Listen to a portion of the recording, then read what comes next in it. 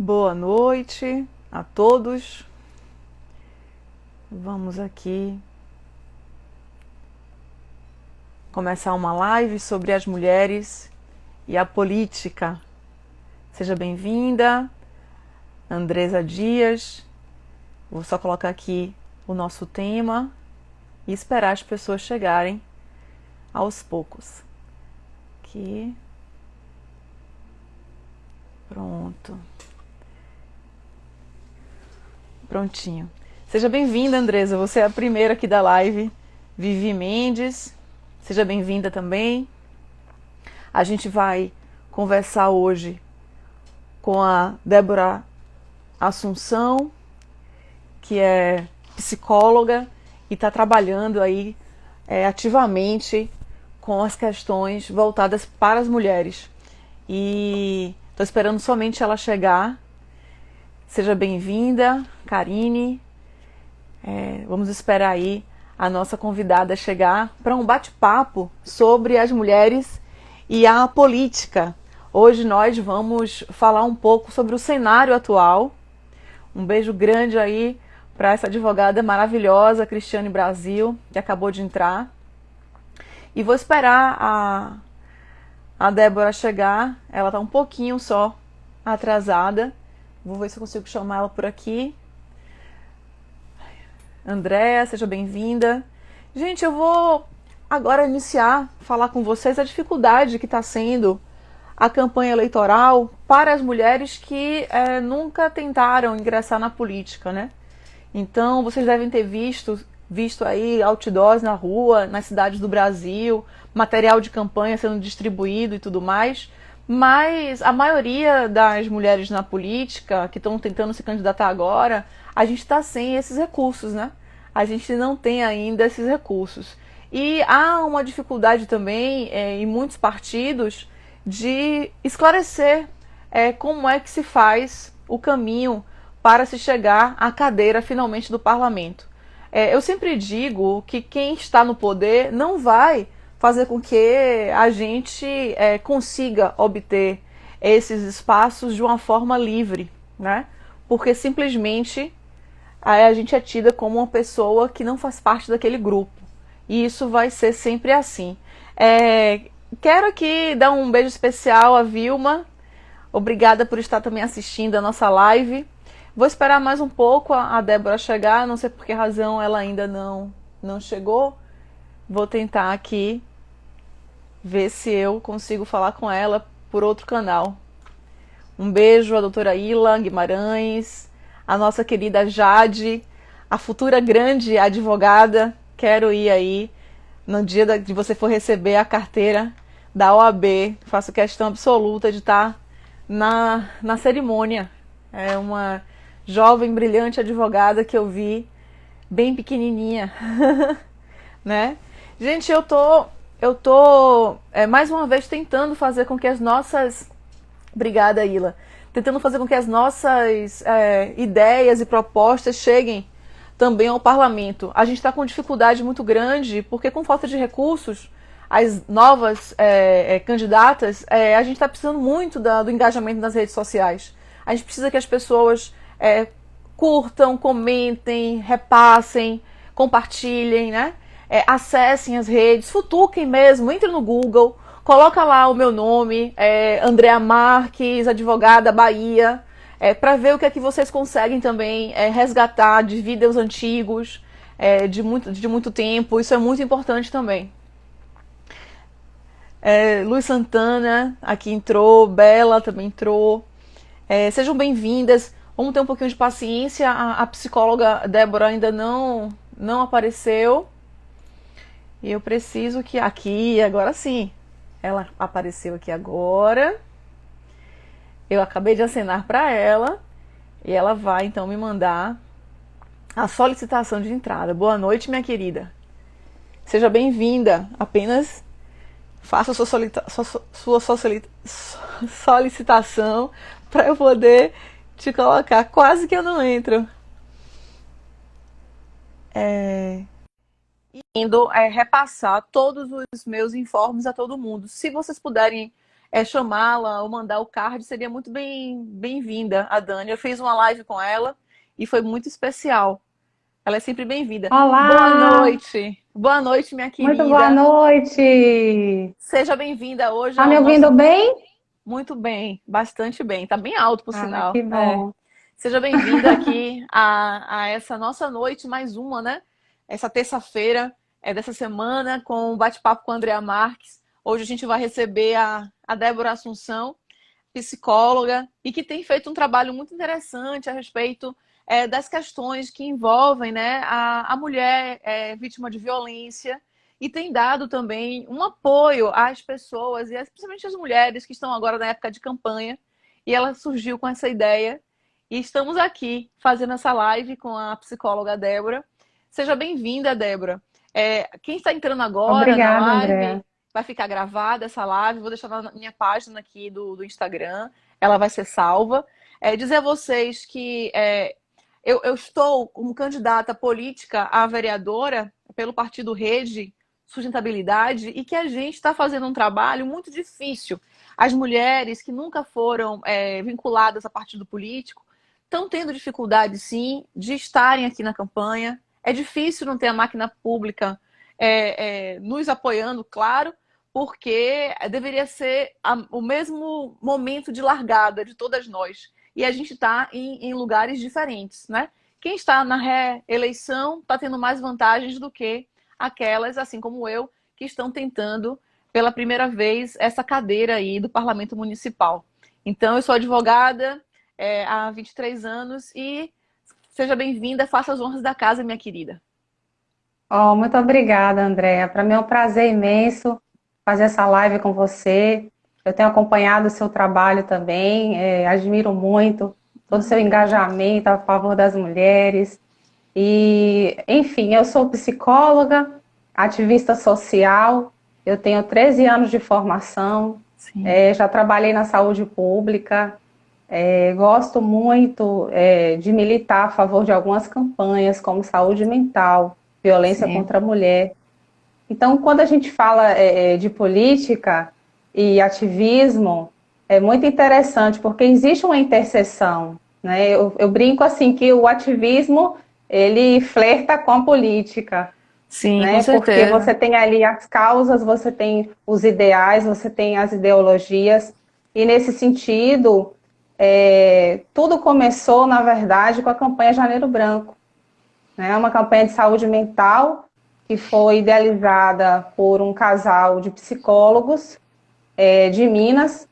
E aí tem 3 anos que eu faço parte da campanha, e por conta da campanha eu fui parar na Câmara Municipal, articulando com os vereadores, para que a gente possa criar a Lei Janeiro Branco, né, que favorece a saúde mental. Vai Uhum, que ter aí ótimo. uma melhoria muito grande nesse sentido, a nível de Uhum, assistência, a nível de promoção da saúde. Então, nesse sentido, eu fico muito feliz com todos os amigos que eu tenho feito, e você é uma delas, né, das sim, amigas que eu ganhei. E, enfim, a campanha Janeiro Branco, ela tem vários slogans, né, a favor da saúde mental. A gente milita por uma cultura da saúde mental. Agora, em setembro, nós tivemos o Setembro Amarelo Online, que é uma ramificação da Janeiro Branco. Então, foi toda uma campanha pensada e feita em rede social por conta da pandemia, né? As ações, as atividades ficaram comprometidas. Então, para evitar a aglomeração, todo mundo achou melhor fazer a campanha nesse sentido mais digital.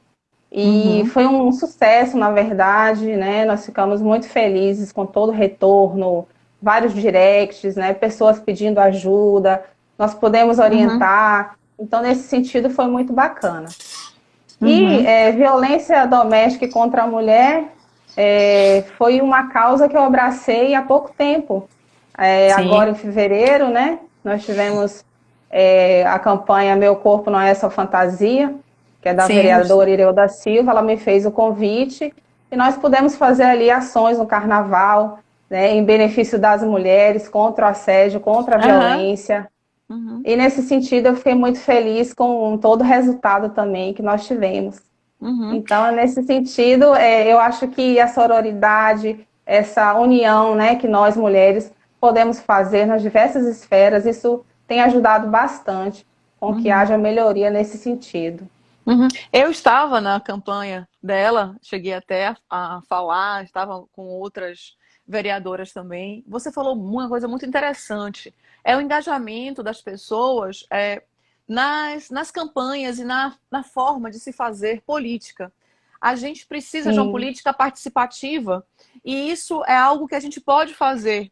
Essa live, por exemplo, a gente precisa do engajamento das pessoas, que as pessoas falem o que pensam, deem a sua opinião. É preciso que a gente tenha sempre um espaço de diálogo também para ouvir quem está aí presente. Eu acabei de ver aqui que tem uma pessoa que chamou o candidato de prefeito de Catu para também estar na live, para assistir. Eu acho importante, porque a gente precisa muito ouvir as pessoas que são protagonistas dessas dinâmicas. Então, quando a gente está falando sobre as mulheres e a política, a gente precisa criar o engajamento também de todas as pessoas em relação a isso.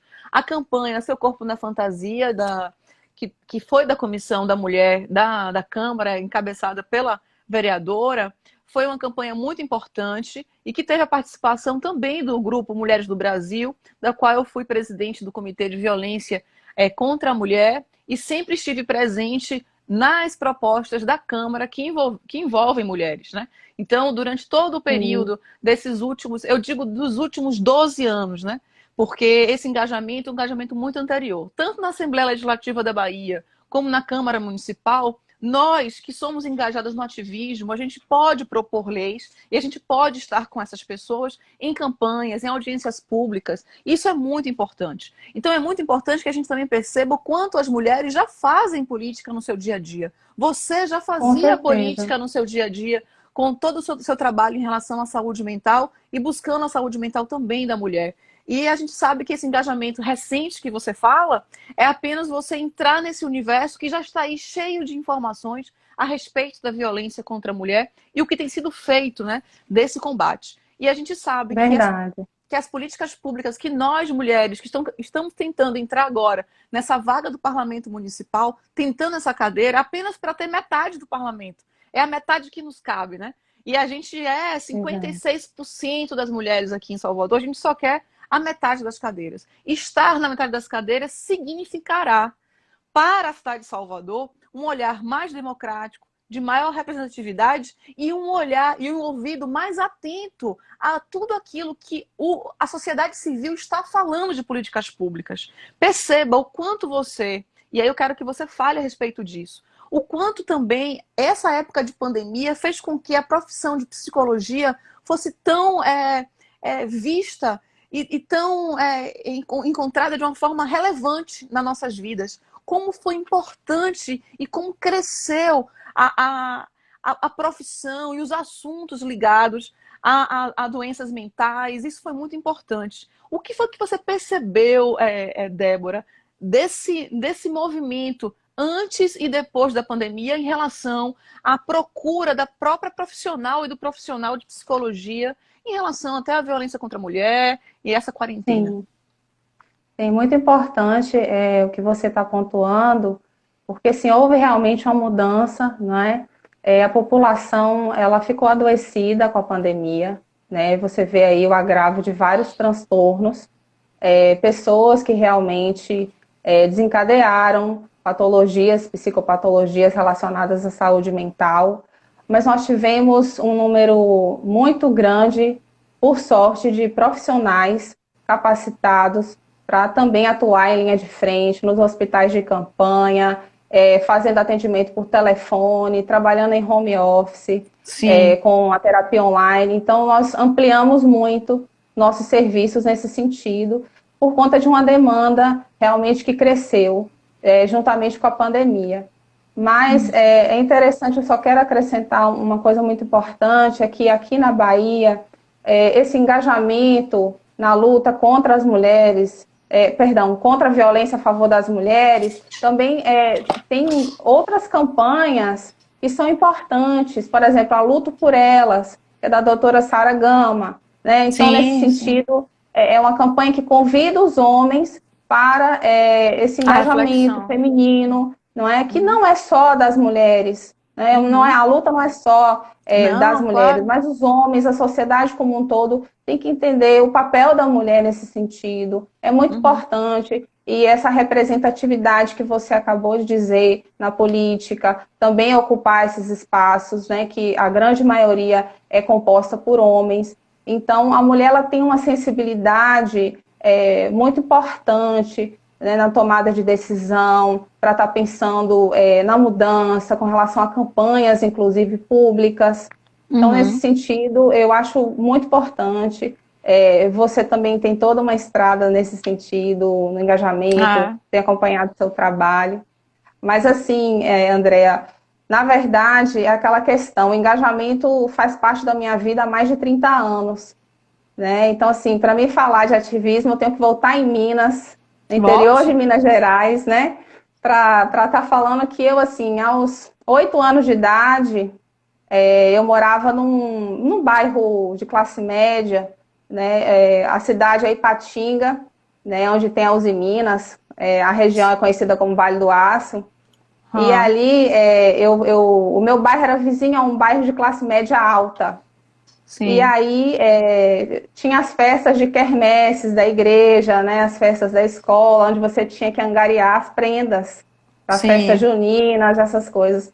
E aí eu cruzava a linha de trem, que era o que marcava, né, a divisão de um bairro para o outro. Eu, uma bicicleta e uma amiga, a gente ia angariar materiais de higiene pessoal. Sim. Então, ali eu já articulava com as pessoas, convencendo, não de que seria importante ajudar. E aí eu comecei, né, a fazer esse trabalho, digamos assim, em prol de uma ação.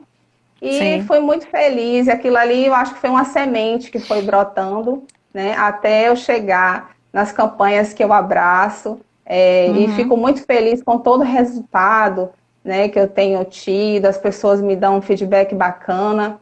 E Uhum. por conta das campanhas, eu fui parar na televisão também, né? Porque você é convidada, é convocada a falar, né? É. Você sai desse lugar de escuta, e muitas vezes o psicólogo é engessado, para estar falando ali, né, da sua campanha, da sua causa.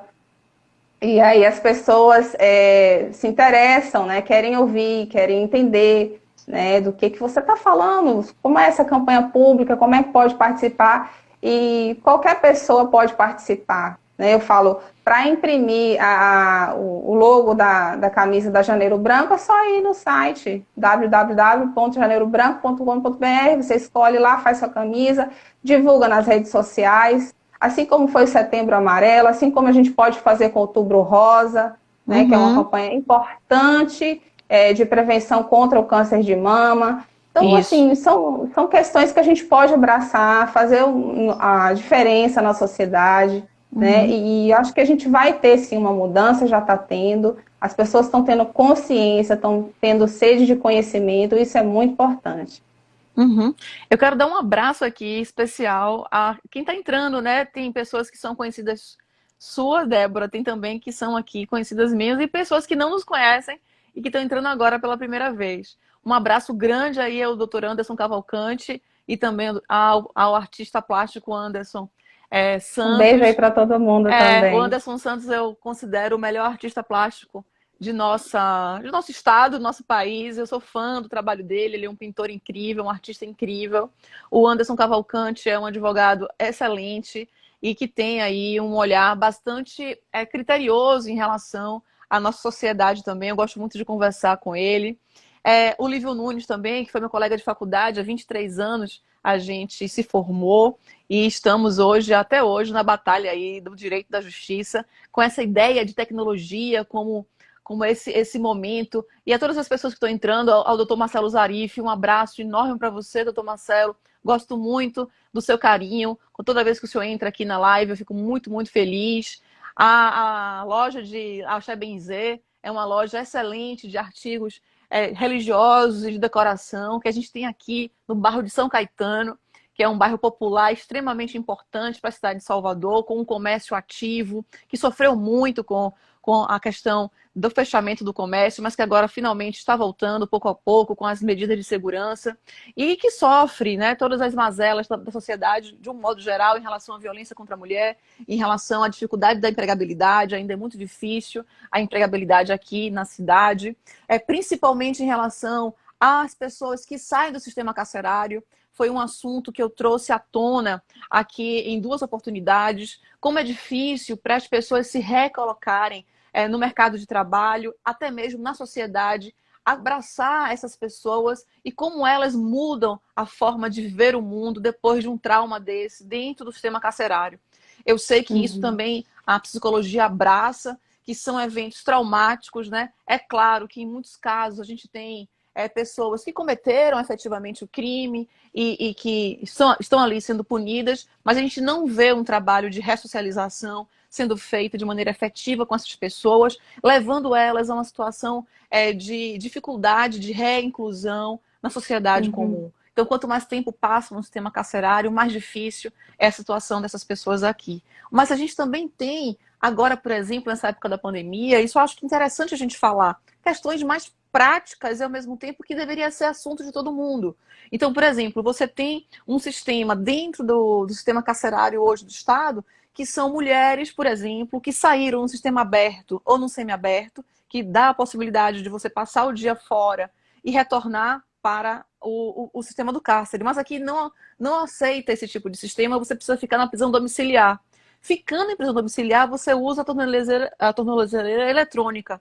E a Caixa Econômica Federal deveria dar o auxílio emergencial para essas pessoas, porque elas saem do sistema carcerário, num sistema que o próprio sistema judiciário determina, e elas não têm acesso ao auxílio emergencial, simplesmente porque o sistema diz que elas estão presas no sistema carcerário. Então elas ficam sem condição de se estar no sistema penal, né, dentro do sistema penal, recebendo alimento ou dormindo ali, tendo que sobreviver fora do sistema penal, sem condição de trabalhar, por conta da dificuldade que e sem conseguir o auxílio emergencial. E essas pessoas, por não terem voz, por não existirem do ponto de vista social, elas foram invisibilizadas e somente poucas outras pessoas é que puderam ter voz. Eu dei voz, por exemplo, a Marina Luz, que foi ex-diretora do presídio aqui da parte escura das mulheres, para poder falar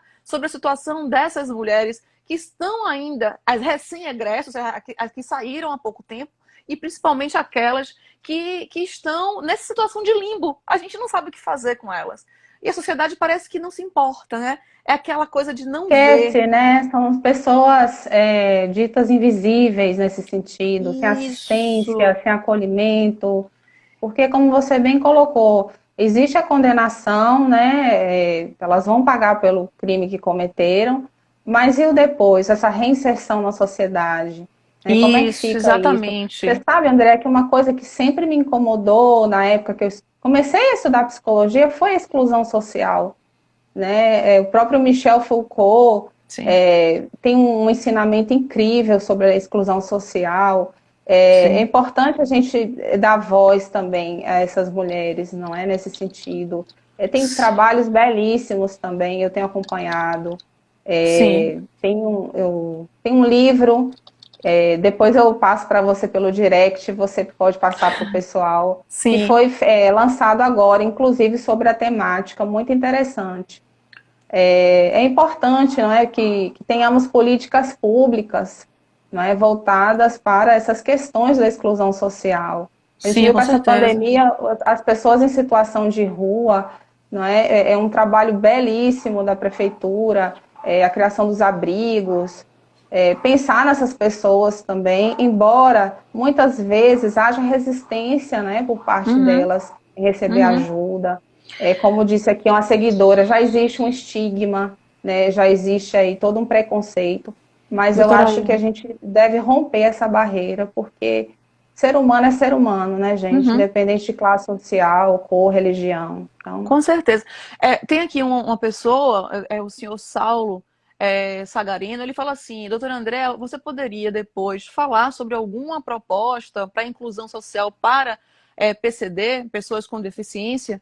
É interessante isso porque as pessoas com deficiência encontram muita dificuldade para estar até mesmo nas calçadas, para poder Sim. fazer. A gente vê, foi criado uma série de novas calçadas com aqueles sinalizadores para as pessoas com deficiência visual, só que de repente aparece um poste no meio da. Ou então é feito uma. A gente não consegue compreender como é que foi feito um estudo para aquilo, então a gente precisa revisitar essas políticas públicas, fiscalizar mais a empregabilidade do dinheiro público nessas políticas públicas que são aprovadas pela Câmara, né? Eu acho tudo isso muito Uhum. importante. E mais importante é fazer com que as pessoas que têm efetivamente esses problemas, essas dificuldades sejam ouvidas em audiências públicas, Sim. haja uma participação popular dessas pessoas em relação a essas políticas que são idealizadas, né? Dentro Uhum. dos gabinetes e da Câmara, porque eu acho que tem que ter uma interação muito grande entre o parlamento e as políticas públicas municipais. Com Quando você falou de certeza, com certeza. exclusão, a gente vive uma sociedade excludente há algum tempo, né? E aí eu vou passar Uhum. só um pouquinho para falar sobre as questões jurídicas. É algo muito simples. É que a gente consiga Uhum. compreender por que essas lutas que as mulheres lutam tanto, né? O que está acontecendo com esse movimento aí? O que aconteceu com tudo isso?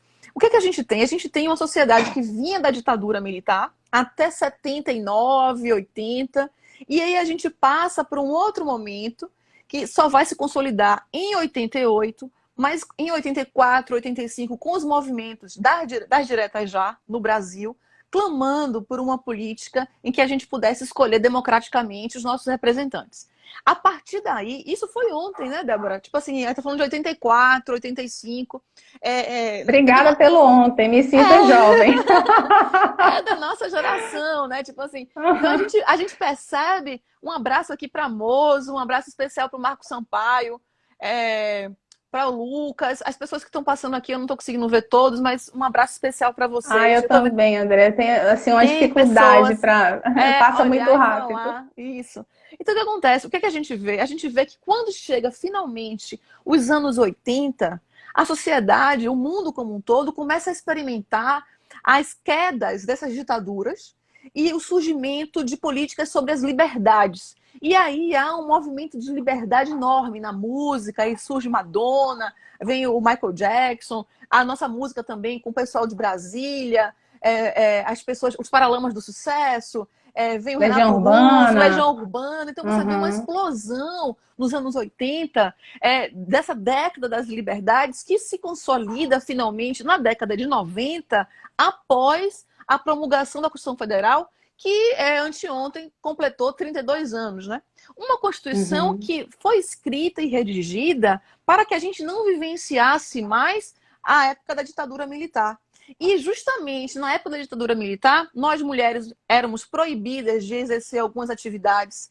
Nós éramos proibidas de estar no esporte, por exemplo. A gente não poderia fazer lutas marciais, karatê, judô. A gente não podia jogar bola. Isso porque havia uma proibição por lei, uma proibição legal. Havia uma dificuldade também de acesso aos poderes. Não havia concurso público. Essa ideia de um Uhum. concurso público objetivo, sem você saber quem é o do outro lado, se é um homem ou se é uma mulher, isso só vem a acontecer a partir da Constituição Federal de 88. Agora, a Constituição Federal surgir em 88 não significa, de forma nenhuma, que todas as pessoas mudaram. A gente ainda tinha um sistema ditatorial. Eram os mesmos Uhum. juízes, eram os mesmos políticos, eram os mesmos que estavam administrando toda a nossa sociedade. A gente só está experimentando o início da democracia mesmo agora dos anos 2000 para cá.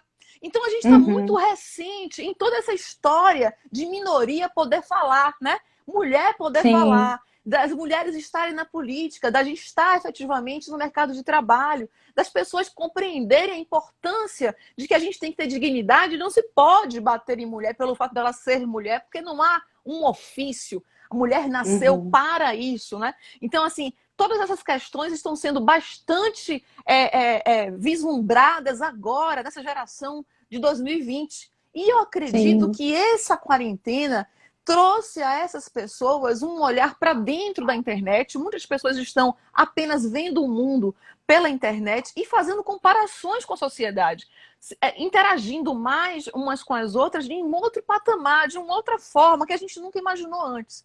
E eu acho importante que uhum, a gente pense que pedir, exigir e fazer com que as pessoas compreendam a importância das mulheres na política, que é a nossa live especificamente, e o papel também da psicologia em cima de se estudar uma sociedade que também precisa ser vista do ponto de vista histórico.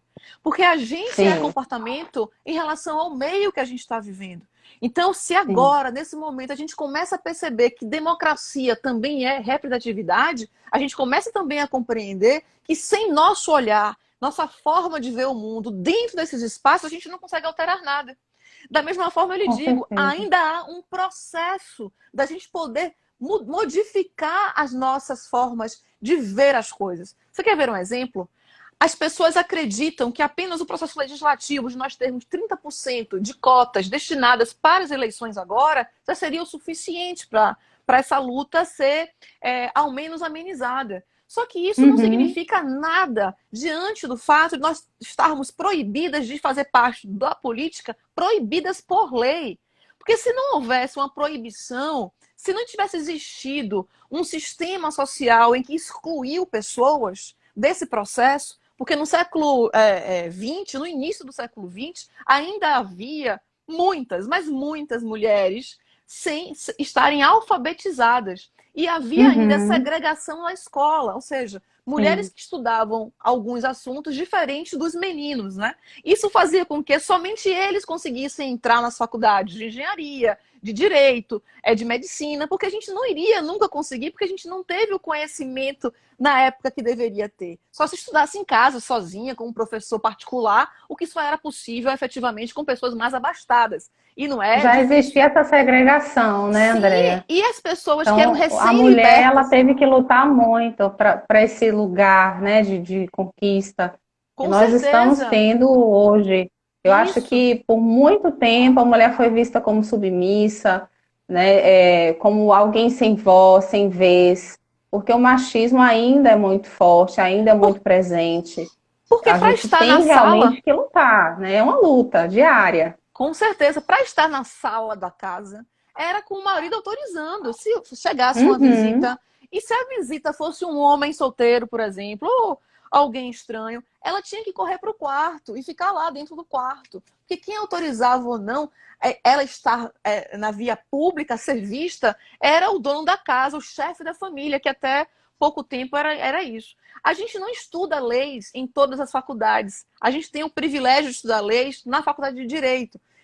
E a gente uhum. precisa também democratizar alguns direitos nas escolas. Eu acho que isso é Concordo importante. plenamente. Eu acho que é importante a gente saber quais os nossos direitos como consumidora, por exemplo, o nosso direito como empregada. Eu acho muito importante a gente entender Uhum. um pouco, por exemplo, sobre patrimônio.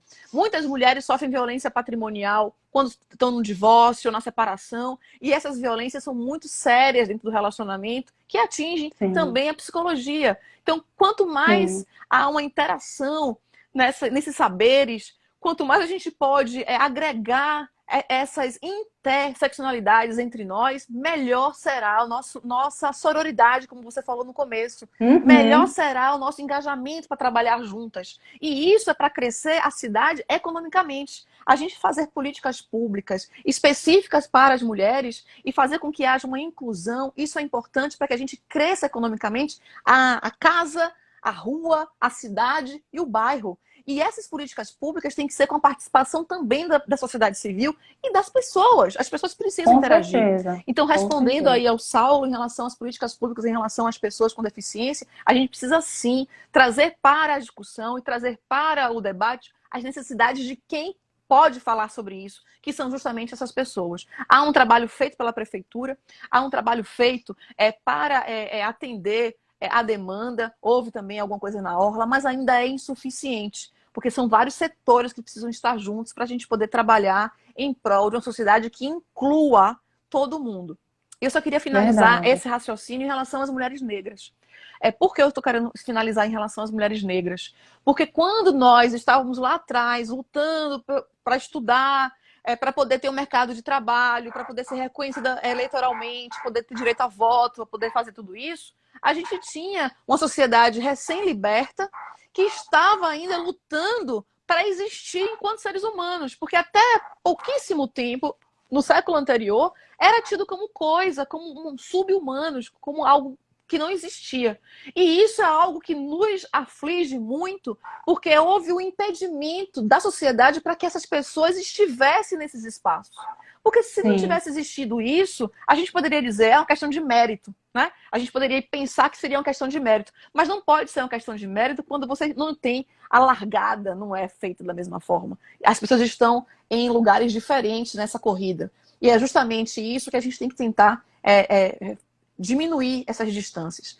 E a exclusão, Verdade, André. segregação, a integração e a inclusão. O objetivo é Uhum. incluir todo mundo em políticas públicas e fazer uma cidade para todos. E sem a participação popular a gente não vai conseguir. Então, eu acredito que se eu conseguir essa cadeira, a participação de pessoas que nunca tiveram voz nessa cidade vai acontecer quando eu estiver lá dentro. Eu tenho certeza disso. Eu não sei Vai sim, você exatamente. está capacitada, tem E toda uma trajetória, agora, é uma sem as mulher que psicólogas tem e os psicólogos, a experiência. gente não consegue fazer nada hoje em dia. Nada, Tem nada, que ter a nada, gente para nada. fazer barulho, né? Os Não é só por ativistas, isso, não. porque. Eu tive síndrome de burnout, por exemplo. Eu fui diagnosticada, tive que ser medicada simplesmente por um excesso de atividade. Isso pode atingir a todos nós nesse momento Sim, sim. histórico. E eu acho que a gente precisa também ter um olhar mais humanizado no momento que está tudo sendo tecnologia, tudo é digital, tudo é. Uhum. E aí eu acho que a psicologia ela tem que ser olhada como uma profissão do século XXI. É preciso que a gente olhe para psicólogos e psicólogas como profissionais que têm que estar realmente perto de nós para também fazer políticas públicas, né? E eu queria falar, Naturalizar a terapia, né, Andréia? É muito naturalizar a terapia importante. não apenas para quem tem síndrome de burnout ou que tem síndrome de Uhum. qualquer coisa, mas fazer isso como algo, como a gente cresce, né? Nasceu, se desenvolveu, né? Casou e tal. Tá na terapia também, ou seja, a terapia O como o autoconhecimento hoje é autoconhecimento. tudo, né? Inteligência emocional, Isso. você prevenir doenças que podem ser prevenidas, como o próprio burnout, síndrome do pânico.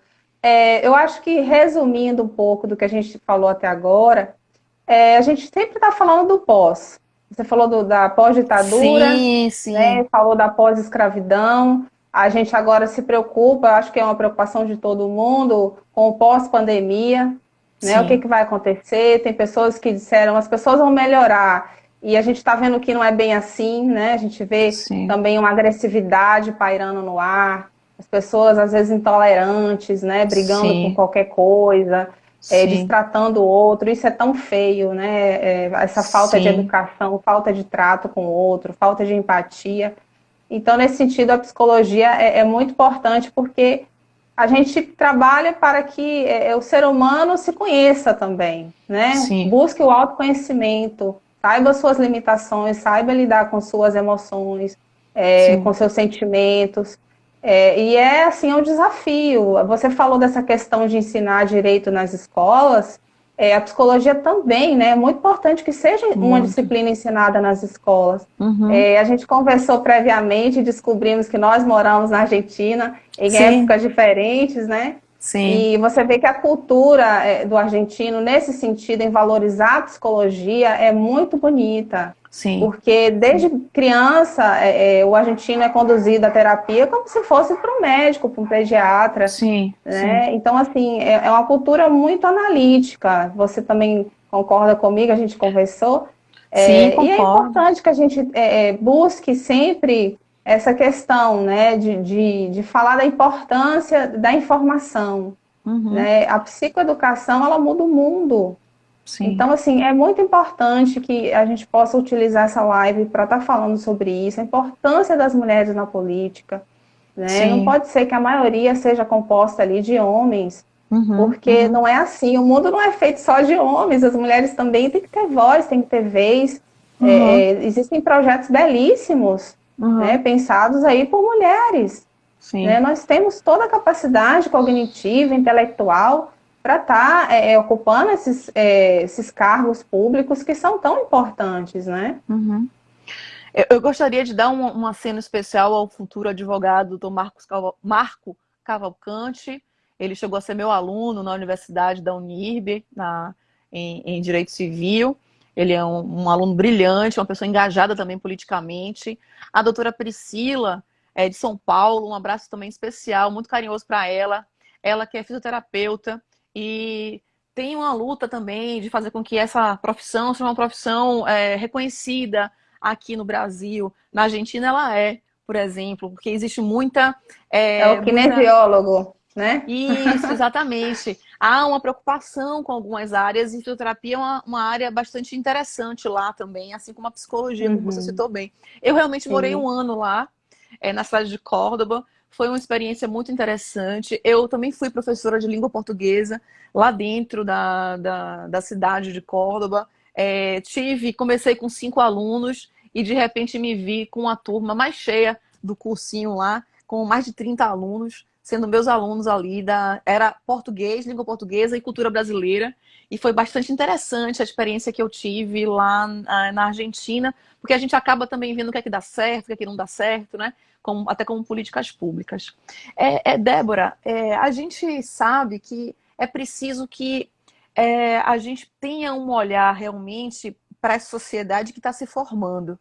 Aí eu te pergunto assim agora, você como psicóloga, como uma pessoa que estuda o comportamento humano, social, né, essas interações que nós fazemos uns com os outros para nos situarmos, né, entre nós, você acha que a tendência com o surgimento de mais e mais incrementos da tecnologia é que a gente se mantenha mais próximos ou mais afastados do ponto de vista humano? Ou seja, qual é a sua opinião em relação a um futuro não muito longe? Eu digo daqui a uns 4 ou 5 anos. O que é que você acha que pode vir a acontecer conosco? Você acha que a gente... Por exemplo, eu ouvi muito falar sobre o novo normal, né? Eu ouvi muito falando sobre o Uhum. novo normal e que o pós-pandemia, assim que fosse descoberta uma vacina, as pessoas iriam se abraçar mais, iriam todo mundo querer ficar junto de novo, mas pela sua experiência clínica, pela forma como você vê e também pela forma como você tem estudado o assunto, conversado com seus colegas da psicologia, qual é a ideia que vai acontecer com a humanidade de um modo geral nessa relação uns com os outros depois desse momento histórico que há de passar? Se Deus quiser, a gente vai ficar livre dessa doença. Excelente pergunta, Andréa. É muito pertinente sua colocação. Veja bem, a gente não tem uma certeza, né?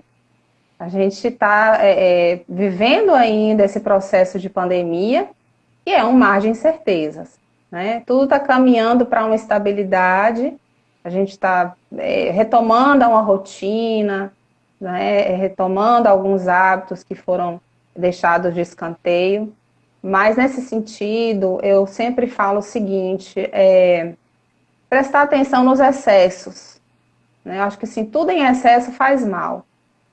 Então, a tecnologia está aí, a gente está utilizando, eu mesmo estou trabalhando em home office, conheço muita gente que está também trabalhando assim, mas eu acho que nada substitui a máquina humana, o ser humano, né, o homem, Sim. porque nós temos uma capacidade de inteligência que máquina nenhuma vai superar, né? Uhum. Então, nesse sentido, eu acho que tudo o que aconteceu até agora serve de aprendizado, né? Serve de alerta. Eu acho que as pessoas estão se perguntando, né? Fazendo uma reflexão sobre o sentido da vida, sobre qual o propósito que elas têm para a vida delas, no sentido de o que as pessoas esperam de suas vidas daqui para frente. Né? Uhum. Então, nesse sentido, a própria busca pelo autoconhecimento é algo que está sendo muito falado, muito discutido. O próprio papel da psicologia, a importância da saúde mental. A gente tem um prognóstico, sim, né, na verdade, de que algumas psicopatologias relacionadas à ansiedade devem aumentar daqui para frente, né? A fobia social, agorafobia, a síndrome do pânico, o estresse, a própria síndrome de burnout também, né? Porque a gente Uhum. viu aí a sobrecarga de trabalho, né? Sim, O esgotamento emocional dos profissionais de saúde, principalmente. Então, sim. nesse sentido, eu acho que é sempre buscar um bom senso, buscar um equilíbrio, né? Buscar esse autoconhecimento que está faltando, né? Para que as pessoas possam ter mais inteligência emocional e saber Uhum. lidar com suas emoções, com seus sentimentos, para Uhum. que a gente possa ter uma interação social mais saudável Uhum. nesse sentido, né? Nós tivemos recentemente, eu não cheguei a conversar com você sobre esse assunto, mas em quase todas as reuniões que eu tive, tanto da faculdade, do curso de mestrado, como em algumas entrevistas também, sobre um documentário que está em voga agora da Netflix, que se chama O Dilema das Redes. E nesse documentário é mostrado as pessoas que criaram o Pinterest, que criou, por exemplo, o Instagram, o Google, o sistema de dar likes, por exemplo. E também mostrou que a partir dos anos 2011, 2012, com a criação desses aplicativos que tinham essas respostas rápidas em relação a uma foto que você postava, em relação a alguma coisa que você fazia, que de repente também aumentou o número de meninas e de meninos que tentaram o suicídio e que consumaram o suicídio, principalmente na sociedade americana, onde você colocava uma foto e aí a foto não recebia tantos likes, por exemplo. Então a menina ela exclui essa foto, aí de repente ela coloca uma outra foto dela, só que ela faz Uhum, a intervenção do aplicativo. Então ela aumenta os olhos, ela coloca uma sombra mais bonita, etc. E de repente as pessoas começam a dar bastante likes para ela, né? Tá linda, até que chama a atenção de um defeito, que ela tinha orelha de abano, que ela tinha uma orelha de elefante, por exemplo. E aquilo faz com que ela entre num estado de tristeza e de angústia enorme, de uma insegurança em relação a si mesma, da sua aparência. Então, o que a gente também tem percebido é que essas tecnologias que facilitaram a gente a pegar um Uber, um carro para poder ir ali, né, de um lugar para o outro, também criou algum tipo de sociedade irreal, onde mulheres e uhum, homens são perfeitos, onde as pessoas sempre estão felizes, onde há uma ditadura da ausência de ter angústia, que você não pode ter mais tristeza. E aí as pessoas também passam a se anestesiar em relação a esse autoconhecimento. As pessoas passam a criar um personagem que está na internet, que está nessas redes sociais, e elas não existem fora desse mundo digital. E quando elas se olham para si mesmas, muitas têm essa dificuldade de entender quão grandioso é essa humanidade que ela é, essa pessoa que ela é, do sim, jeitinho que sim. ela é. Então, assim, você passou agora por uma série de entrevistas no Setembro Amarelo, da importância que é esse assunto, principalmente Uhum. para os homens que têm, vamos botar assim, coragem, né? De chegar até o final da sua promessa, e das mulheres que sempre foram acostumadas a sentir medo. As mulheres são educadas a não ter que dirigir um carro porque ela não tem condição de fazer aquilo, educadas a não furarem uma parede com uma furadeira porque aquilo não é feito para ela. Então elas são desencorajadas o tempo inteiro. Quando eu mesmo coloco a minha roupa para ir jogar bola com o meu time Oxente do Coração, que é o time de advogadas aqui que a gente tem da OAB Bahia, que eu sou a honra de ser a primeira presidente desse time de futebol de advogadas por quase 4 anos. Então o que acontece? A gente é desencorajada. Tá fazendo o que com essa fantasia? Vai fazer o quê? A gente é desencorajada o tempo inteiro. A gente tende a sentir medo também da política. A gente tende também a sentir medo de um universo que não nos querem. A sensação Que é causa que estranheza, né, nas isso, a pessoas. sensação é que nós estamos invadindo o espaço que não nos pertence. Essa é a Uhum, sensação que acontece quando nós somos desencorajadas. E falam assim pra gente que quer entrar na política dessa forma. Larga isso não é uhum, coisa pra você, isso não é coisa pra mulher, isso é coisa uhum, para macho. E tem toda aquela ideia de que se faz política apenas com a forma antiga de se fazer política. Quando a gente está querendo, na verdade, é trazer um novo formato de fazer política. E aí eu te sim. pergunto, então, dentro do seu assunto, essa sociedade tão irreal, né? Essa sociedade que agora mesmo, na época política, você tem um excesso de mídia, de pessoas que são profissionais na área do marketing político, né? para poder fazer com que você pareça uma coisa que você não é. E aí, de repente, as pessoas acabam comprando essa ideia do que você não é. E aí a gente está vivendo uma era dessa ausência de encontro de nós mesmos e uma rejeição por nós mesmos. Isso acontece e o que leva, talvez, essas pessoas a esse momento dessa ruptura com a própria vida, com a própria existência. Você que teve aí esse processo, um assunto tão delicado para se falar, que a gente deve falar. Eu acho que é importante, já que os números são tão grandes e tão altos Sim, na sim. nossa cidade também. Sim, interessante, mas eu vou tentar responder no Sim. macro. Tá, tudo O que bem. que acontece? A gente está fazendo aí uma leitura sobre a autoimagem, né? Você está colocando muito bem essa questão de o olhar do outro, como impacta em nós mesmos, né? Por Sim, exemplo, tem muita dificuldade de muitas pessoas de fazer live, sim, né? Muita gente não faz porque tem medo de crítica, medo de se expor, sim. medo de se equivocar em alguma fala. Assim, o ao vivo é ao vivo, né? Não dá pra. É. Eu. Outro dia eu fui fazer uma live, aí minha convidada colocou lá o filtro, aí eu perguntei, me explica depois como é que você faz para colocar, porque eu nunca fiz com filtro. Então, assim, e ela se sentia mais confortável usando filtro, né? Tá, entendi. É interessante essa questão, né, da autoimagem. Isso daí é bastante discutido no marketing político, por exemplo, né? O quanto é importante você cuidar da sua imagem, o que que você quer mostrar para os seus eleitores, o que que você quer passar, a própria vestimenta tem um impacto, a cor que você usa, qual te favorece, qual não te favorece. Então, nesse sentido, tudo gera um impacto muito grande Uhum. nessa tela principalmente, né? Outro dia eu vi uma Isso. postagem assim, olhe mais para a janela e olhe menos para a tela do celular. Então aqui é o mundo da fantasia muitas vezes, né? E aí Sim, você me fez lembrar, falando sobre fantasia, a campanha que eu participei no carnaval, sim, eu fui para a rua vestida de foliã, né? Obviamente. E aí, quando sim. fui falar no programa, eu fui mais composta, né? Coloquei um blazer, assim, vesti mais. E aí, eu vi um olhar assim para mim, tipo, mas você é um personagem, Sim, né? entendi. Aí eu, como assim personagem? Não, é porque eu acho que cada contexto vai pedir uma vestimenta, muitas Uhum, vezes uhum. diferente, porque o que Claro. você quer passar para o outro, né? Você não vai para uma audiência de short, né? Você não Uhum, vai para uma uhum. audiência de saída de praia. Então, Isso, nesse claro. sentido, a gente deve pensar nesse bom senso, eu acho que é muito Uhum. importante. E com relação aos suicídios aí, dos jovens e dos adolescentes, infelizmente é uma triste realidade, Andréa. Tem um grande número de pessoas nessas faixas etárias, né, da adolescência até a juventude, que cometem suicídio, é muito alta. Uhum.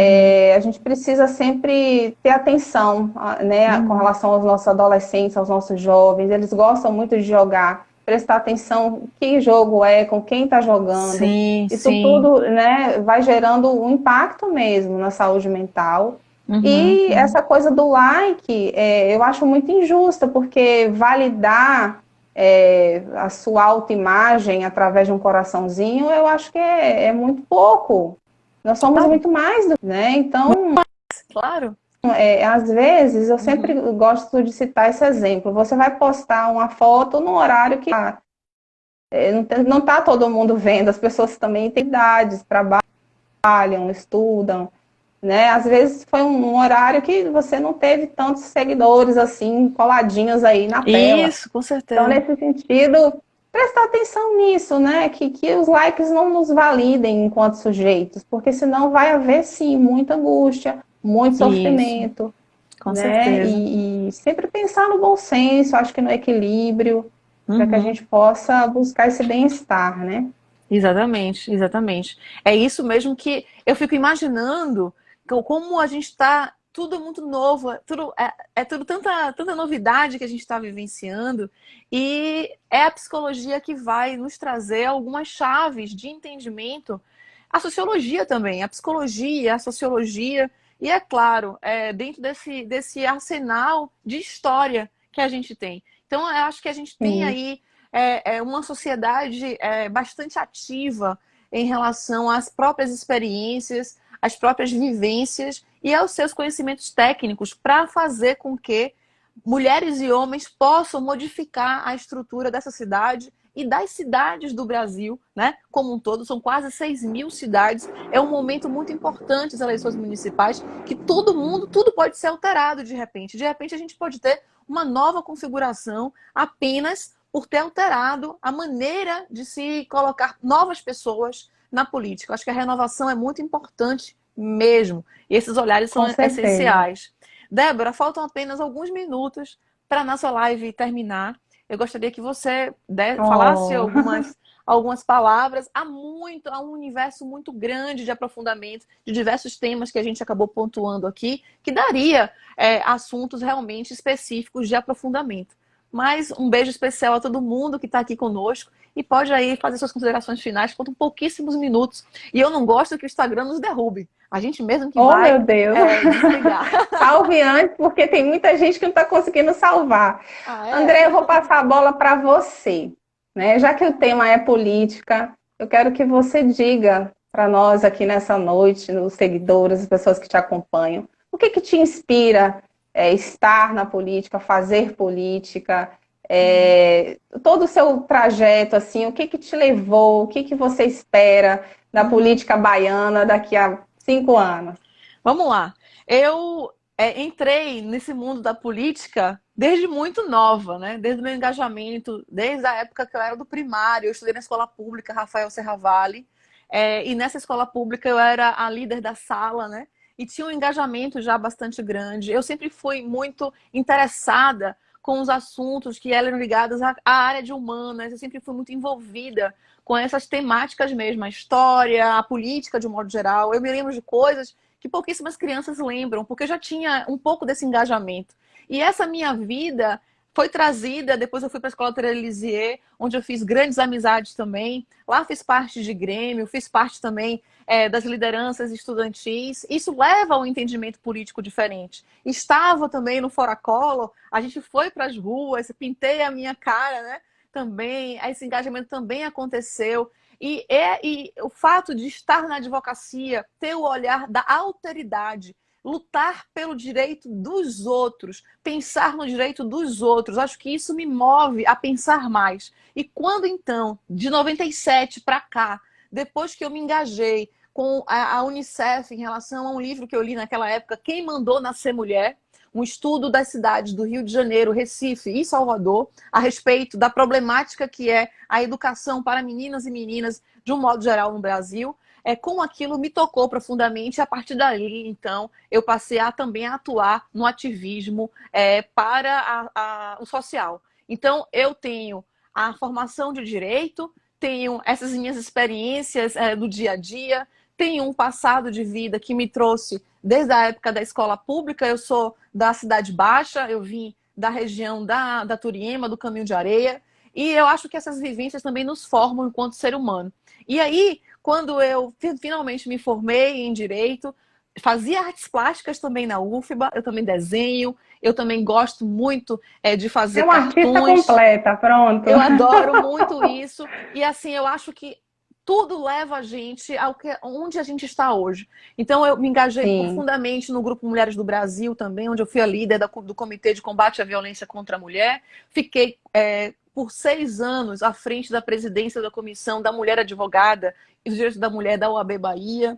Fui a primeira presidente do time de futebol das advogadas. Apresentei alguns projetos de lei para a Assembleia Legislativa da Bahia em relação ao assédio sexual nos transportes públicos e também na Câmara Municipal agora com o pedido que a gente está fazendo para que a gente tenha mulheres no Conselho Municipal. Então fazer política é algo que a gente tem que fazer na nossa vida desde sempre. E por isso mesmo eu acho que eu só quero fazer um pouco mais, emprestar aí um novo olhar e dar essa voz a tantas e tantas mulheres que a gente sabe que estão aqui. Agora, mais do que isso, é levar a política municipal para um patamar maior.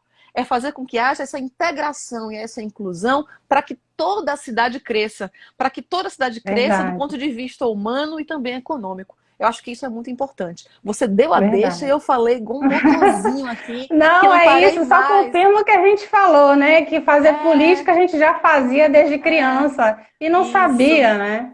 Eu me lembrei Exatamente. até que eu ia a comícios aí com minha mãe do PT, dessa década aí de 90. Então, assim, a semente já foi plantada ali, você vê todo aquele movimento.